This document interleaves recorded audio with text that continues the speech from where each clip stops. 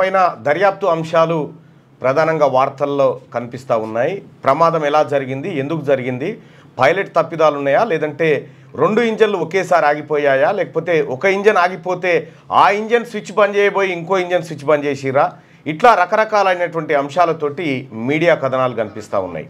So వాస్తవానికి ఈ air India flight ఏదైతే కుప్పగూలిందో అహ్మదాబాద్లో, ఆ తర్వాత దేశమంతా దాని గురించే చర్చించింది, ఎక్కువసేపు మాట్లాడుకుంది.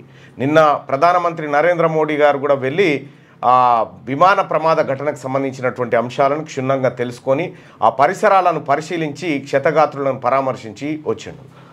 సో ఈ మొత్తం వ్యవహారం అంతా విమాన ప్రమాదం చుట్టూ జరుగుతూ ఉంటే మరికొన్ని విమానాలు ఈ ప్రపంచంలో అక్కడక్కడ ఒక విమానం రన్వేపై జారిపోయినటువంటి ఘటన, మరో విమానానికి బాంబు బెదిరింపు వచ్చిందనేటువంటి ఘటన, ఇవన్నీ కూడా ప్రజల్లో విమానాల చుట్టే ప్రజల ఆలోచనలు తిరుగుతున్నట్టుగా కనిపిస్తూ ఉన్నాయి. అందుకే పత్రికలు దాదాపుగా అవే వార్తల్ని కవర్ చేస్తూ వచ్చినాయి.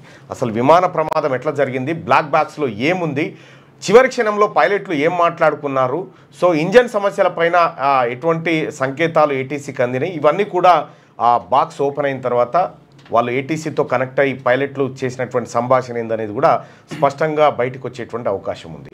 అదొక్కటే.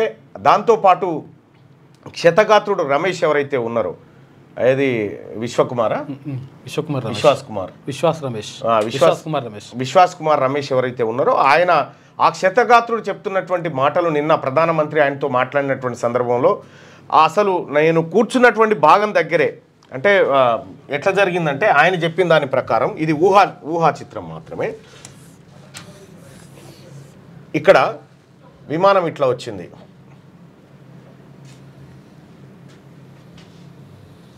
ఇట్లా ఉంది విమానం. ఇట్లా వచ్చిన తర్వాత ఈ ముందు భాగం గీడ దాకింది, ఈడ దాకుడుతోటి ఈ భాగం కింద పడ్డది. ఈ భాగం కింద పడ్డప్పుడు కరెక్ట్గా ఎమర్జెన్సీ డోర్ కాడనే ఉన్నటువంటి ఈయన సీటు, ఎమర్జెన్సీ డోర్ ఓపెన్ అయింది, ఆ సీట్ కింద పడ్డది. సీట్ కింద పడ్డది. కింద పడ్డ తర్వాత అతను అక్కడి నుంచి దుంకి పరిగెత్తి బయటికి వెళ్ళిపోయాడు. వెంటనే బ్లాస్ట్ అయిపోయింది. అయితే ఇతనికి ఏం అంటే మంటల్లో లేడు, బయటపడ్డా అని చెప్తా ఉన్నాడు. ఆయన ఒక్కడు మాత్రమే ఈ ప్రమాదంలో సాక్ష్యంగా ఉన్నటువంటి వ్యక్తి. సో తర్వాత ఈ బ్లాక్ బాక్స్, ఈ 2 మాత్రమే కీలకం కాబోతా ఉన్నాయి. అయితే ఫ్లైట్ ఎగురుతున్నటువంటి సిచ్యువేషన్ చూస్తూ ఉంటే సాధారణంగా ఎవరికైనా అర్థమవుతుంది. సో ఆ ఇంజన్స్ ఏవైతే ఉన్నాయో ఫోర్స్ను క్రియేట్ చేసి ఫ్లైట్ను ముందుకు తీసుకుపోవాలి, కానీ ఫోర్స్ క్రియేట్ కాలే, అది పడిపోయే టైంకి.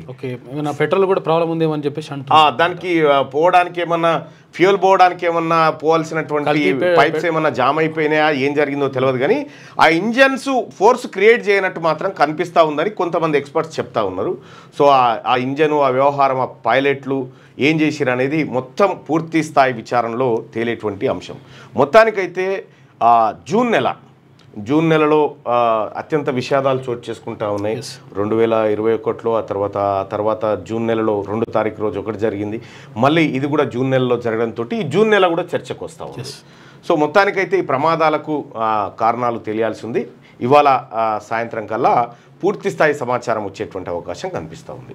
ఇది విమాన ప్రమాదానికి సంబంధించినటువంటి అంశం. అయితే 6వ తరగతి నుండి 10వ తరగతి విద్యార్థులకు గొప్ప అవకాశం. ఏపీ, తెలంగాణ మరియు సిబిఎస్ఈ విద్యార్థులకు ఎలాంటి అడ్మిషన్ ఫీజు లేకుండా సంవత్సరానికి కేవలం 1000 రూపాయలకే ఐఐటీ స్టాండర్డ్స్ తో ఆన్లైన్ ట్యూషన్స్ చెప్పబడును. 15 ఏళ్ల సుదీర్ఘ అనుభవం గల ఫ్యాకల్టీతో క్లాసులు నిర్వహించబడును. ఇప్పుడే ప్లే స్టోర్ నుండి ధర్మవాహిని యాప్ ని డౌన్లోడ్ చేసుకోండి. వివరాలకు సంప్రదించండి 7893051526. లేటెస్ట్ న్యూస్ తెలుగు మరియు ఇంగ్లీష్ అప్డేట్స్ కోసం ఇప్పుడే క్యూన్యూస్ అఫీషియల్ యాప్ ని ప్లే స్టోర్ నుండి డౌన్లోడ్ చేసుకోండి. సరికొత్త సమాచారాల కోసం క్యూన్యూస్ వెబ్సైట్ ని ఫాలో అవ్వండి. ఛానల్లో ప్రాంతీయ, జాతీయ, అంతర్జాతీయ వార్తలు వీక్షించండి. లైక్ చేయండి.